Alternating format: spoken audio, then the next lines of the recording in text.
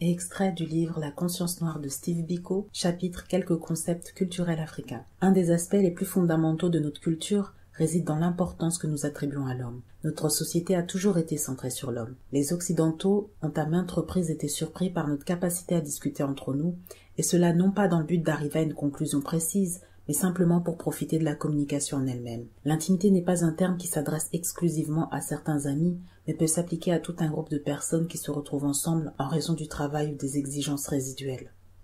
En fait, dans la culture africaine traditionnelle, le concept d'amitié à deux n'existait pas. Les groupes de conversation étaient plus ou moins déterminés par l'âge et la division du travail. Ainsi, tous les garçons dont la tâche était de s'occuper du bétail se retrouvaient régulièrement aux mêmes endroits pour s'engager dans des conversations portant sur leur bétail, leurs petites amies, leurs parents, leurs héros, etc. Tous avaient l'habitude de partager leurs secrets, leurs joies et leurs malheurs. Il était rare que les gens aient l'impression de s'immiscer dans les affaires de quelqu'un d'autre. Il était bien vu de montrer de la curiosité.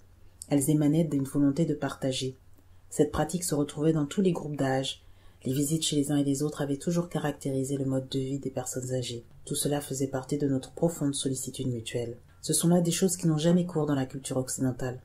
À l'exception des amis, quelqu'un qui se rend chez autrui sera toujours accueilli par la question « Que puis-je faire pour vous ?» Cette tendance à ne pas considérer les gens pour eux-mêmes, mais comme les agents d'une fonction particulière pouvant jouer au détriment ou à l'avantage de quelqu'un, nous est complètement étrangère. Nous ne sommes pas une race suspicieuse. Nous croyons en la bonté innée de l'homme.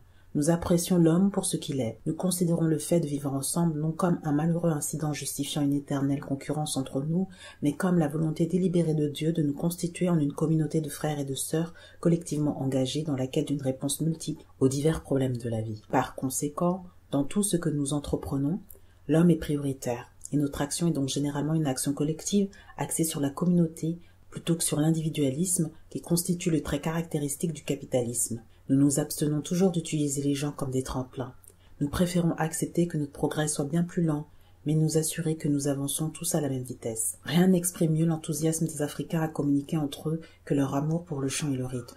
Dans la culture africaine, la musique se retrouve dans tous les états émotionnels. Quand nous nous rendons au travail, c'est à travers la musique que nous partageons les tourments et les joies du travail que nous effectuons. Cet aspect bien précis a étrangement survécu jusqu'à nos jours. Les touristes regardent toujours avec stupéfaction la synchronie entre musique et mouvement chez les Africains qui travaillent sur le bord de la route, utilisant leurs pioches et leurs pelles avec précision au rythme d'une chanson de fond qui les accompagne. Autrefois, les longues marches pour aller en guerre résonnaient toujours de chants de bataille. Les enfants ne jouaient jamais à un jeu sans qu'ils ne reposent sur la musique et le rythme. En d'autres termes, pour les Africains, la musique et le rythme n'étaient pas un luxe, mais faisaient partie intégrante du mode de communication. Le chant et le rythme donnaient de la réalité aux souffrances que nous endurions.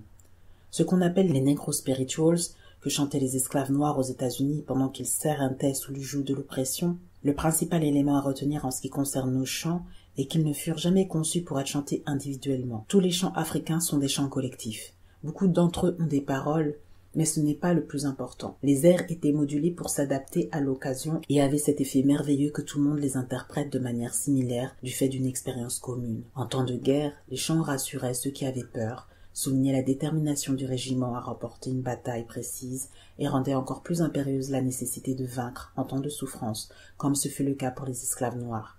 Il arrivait à extraire d'un sentiment d'être ensemble les éléments pour survivre. Au travail, le rythme prenant poussait tout le monde à oublier son fardeau, et les Africains pouvaient par conséquent travailler sans fin grâce à cette énergie ravivée. La manière dont les Africains considéraient la propriété est une preuve supplémentaire du caractère non individualiste de l'Africain. Comme nous le savons, la société africaine s'organisait autour de la communauté villageoise. Les Africains ont toujours pensé qu'il était plus avisé d'avoir de nombreux villages et un nombre contrôlable d'habitants que l'inverse. Cette résolution s'ancrait évidemment dans les besoins d'une société centrée sur l'homme et organisée sur la base de communautés.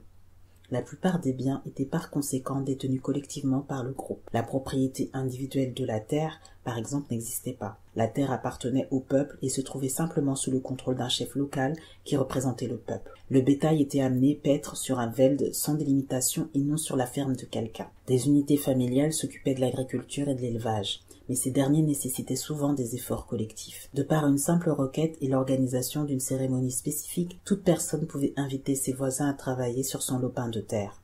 En échange de ce service, une contrepartie qui n'était jamais monétaire était reçue. Le concept de pauvreté était inconnu. La communauté dans son ensemble ne pouvait souffrir d'une telle situation qu'en cas de climat défavorable lors d'une saison précise. Demander de l'aide à ses voisins en période de difficulté n'était jamais perçu comme répugnant. Dans presque tous les cas, l'entraide entre personnes existait, tout comme celle entre tribus, entre chefs, et ce, malgré les guerres. Pour aller plus loin, je vous conseille de lire le livre Conscience noire de Steve Biko, écrit d'Afrique du Sud, 1969-1977. N'hésitez pas à vous abonner à la chaîne YouTube, à activer la cloche pour recevoir les notifications lors des publications des prochaines vidéos, et je vous dis à bientôt.